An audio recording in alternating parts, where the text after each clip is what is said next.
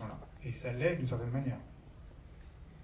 Moi, je voulais juste rajouter que il y a beaucoup de situations comme ça dans les familles d'accueil. Il faut savoir que ça change la vie totalement de l'enfant en fait, de vivre des situations comme ça par rapport à l'attachement et tout. Voilà. Merci beaucoup. Non, mais je s'écoute trop bien effectivement.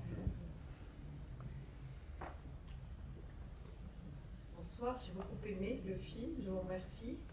Je voulais juste avoir la curiosité de vous demander, comme vous avez signalé au départ qu'il y avait un élément autobiographie, comment vous avez vécu, vous, la séparation que vous avez dite avec cet enfant que votre maman avait accueilli à l'âge de 6 ans, et est-ce que vous l'avez revu par la suite? Parce que c'est très émouvant, cette histoire, quand on dit il est là, est-ce qu'il est là, est-ce qu'il n'est pas là, et qu'il le voit avec... Est-ce que c'est quelque chose que vous avez vécu? Alors, le moment de la séparation en lui-même, j'ai du mal à me souvenir de mon état émotionnel exact. Ceci étant, moi j'étais la scène un peu matrice du film, c'est la scène de la ferme. Hein. Ça, c'est quelque chose qui ressemble très très fortement à ce que moi j'ai vécu. Mais moi j'y étais, là, par contre.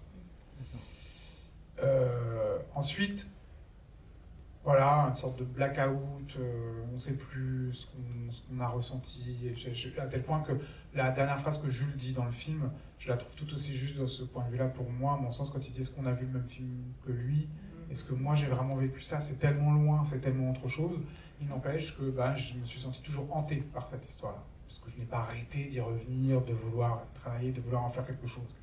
Donc, ce que j'ai vécu comme déchirement, je n'en mesure que ce que je suis aujourd'hui en tant qu'adulte et qui veut toujours comprendre, travailler autour de ça. Est-ce que j'ai revu le petit garçon? Non, j'ai cherché effectivement à retrouver sa trace. Je ne l'ai pas retrouvé. Après, sur cette question-là précisément, je pense que c'est pas tant que je le retrouve le plus important, c'est que si jamais le film lui arrive, qu'il soit un peu comme une bouteille à la mer, qu'au moins ils reçoivent que c'était quelque chose d'important. Oui. Voilà. Et que ça n'a pas été un enfant qu'on a fait. Et que moi, ça me marquait à vie, peut-être comme... Et lui, il était 6 ans, il ne se rappelle même pas. Mais si ça lui arrive, que c'était juste, voilà, c'est juste moi, ça que j'aimerais qu'il passe, c'est tout. Et c'est très bien que ça termine justement. Est-ce qu'il a vu le même film que nous? Parce que la réponse est dans la créativité et dans le film. Non. Merci beaucoup.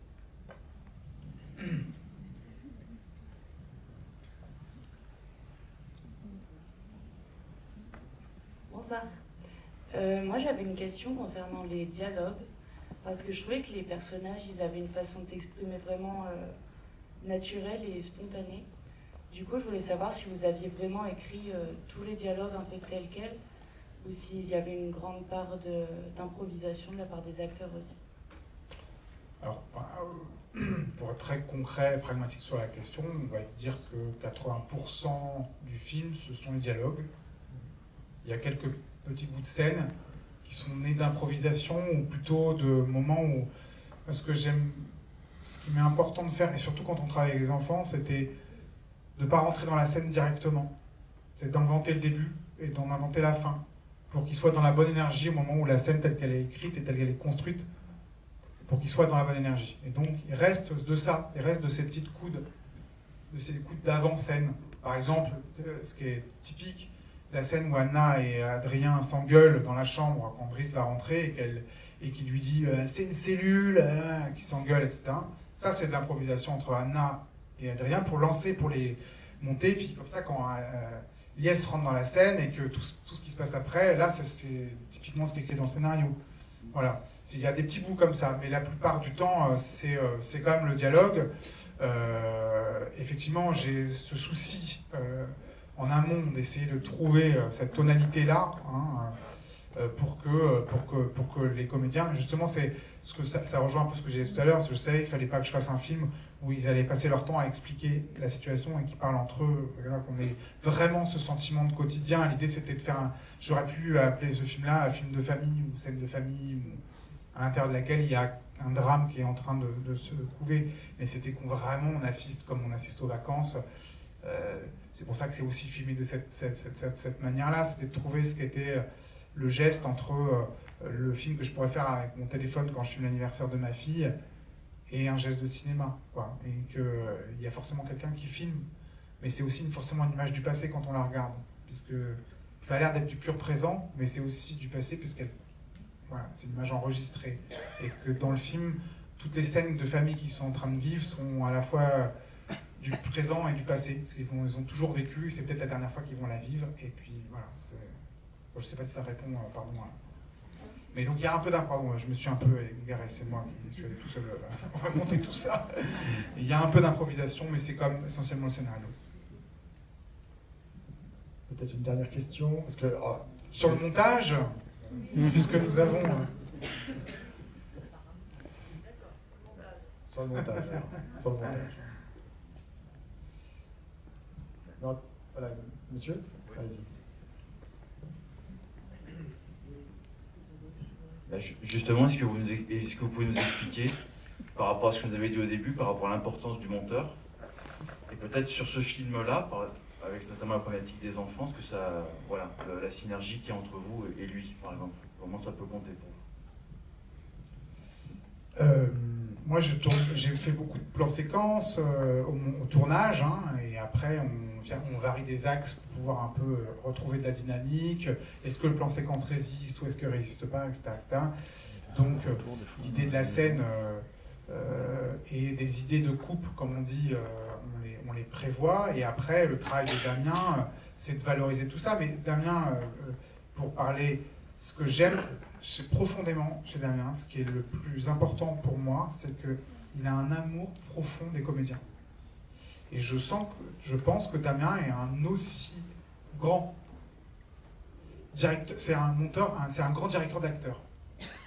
C'est-à-dire qu'il va savoir valoriser aussi le jeu des comédiens à l'endroit où il est lui. Et voilà, il va avoir à cœur de rendre la justesse de leur jeu avec toutes les prises que je fais en plus. Il va être très attentif à ça et c'est ça qui va être d'abord son axe. Ensuite, on s'est raconté au tournage que tel plan allait fonctionner avec tel plan. Damien peut en avoir un autre sentiment et se dire « Ah ouais, mais ok, mais vous avez prévu ça, mais parce que vous avez fait ça, ça, ça. » Essayons. On dit qu'on écrit un film 3 fois et moi je pense que c'est vraiment profondément vrai. On l'écrit au scénario, on l'écrit au tournage et on l'écrit au tournage. Au montage, pardon. Voilà, je vais y arriver. Et voilà, et Damien coécrit avec moi cette dernière partie, ça c'est évident. En tout cas, ce que j'aime aussi avec lui, c'est qu'on a fait quand même beaucoup de films ensemble et qu'à chaque fois j'ai l'impression qu'on recommence à zéro. Voilà. Il est capable, il se repose sur aucun savoir. Voilà, il est prêt à réinventer. La musique aussi accompagne tout le long le film. Alors oui, c'est la première fois que je parle comme si j'avais fait les 15 films, j'en ai fait 2. C'est la première fois sur les 2 films. Non, mais comme j'ai fait pas mal de courts-métrages, j'ai un peu cette sensation-là, mais oui, j'ai travaillé quand même. C'était un grand rêve pour moi d'avoir une musique originale. Mais quand on est cinéphile, ce que je suis avant d'être un cinéaste, je suis d'abord et surtout un cinéphile, on a trop d'exemples fabuleux en tête. Et on pense qu'on va être déçu. On a Nino Rota, on a Ennio Morricone, on a tout ça. Et Gabriel, j'avais travaillé avec lui sur un court-métrage. Et ça s'était pas très bien passé parce que je savais pas ce que je voulais. Mais par contre, j'avais rencontré Gabriel et je savais à quel endroit de la musique il était. Et quand avec Marie, ma productrice, on s'est dit, mais là, non, sur celui-là, il en faut.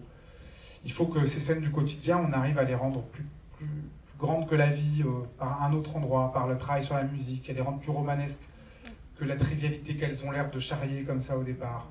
Et que moi j'avais fait beaucoup justement, comme je parlais de mon téléphone tout à l'heure, je m'étais beaucoup amusé ma famille dans des scènes de famille comme ça. Et j'ai fait des montages avec, et j'avais utilisé la musique de Ravel, de Debussy par-dessus. Et donc ça a été de sortir une première piste. Et je savais que Gabriel Desforêts, donc le compositeur, qui a une formation classique importante et qui est en plus un excellent interprète au piano, voilà, je l'ai interrogé, je lui ai dit est-ce qu'il a vu le scénario, est-ce que ça t'évoquerait une certaine musique sans avoir trop l'alourdir de mes références. Et il m'a proposé 3 morceaux avant le tournage, et à l'intérieur duquel il y avait le thème d'Anna et Simon, qui est un thème comme ça qui revient, qu'on entend, qui est la dernière musique qu'on entend d'ailleurs quand on voit Simon passer avec son père au loin. Il y a cette petite mélodie qu'on a déjà entendue de manière plus ou moins symphonique avant. Et voilà, il y avait une sorte de, pareil, d'évidence que c'était ça, ce fil-là qu'il fallait tirer. Et voilà, c'est comme ça que ça s'est fait en tout cas. Il y a du Scarlatti aussi. Absolument. Oh là, à Noël.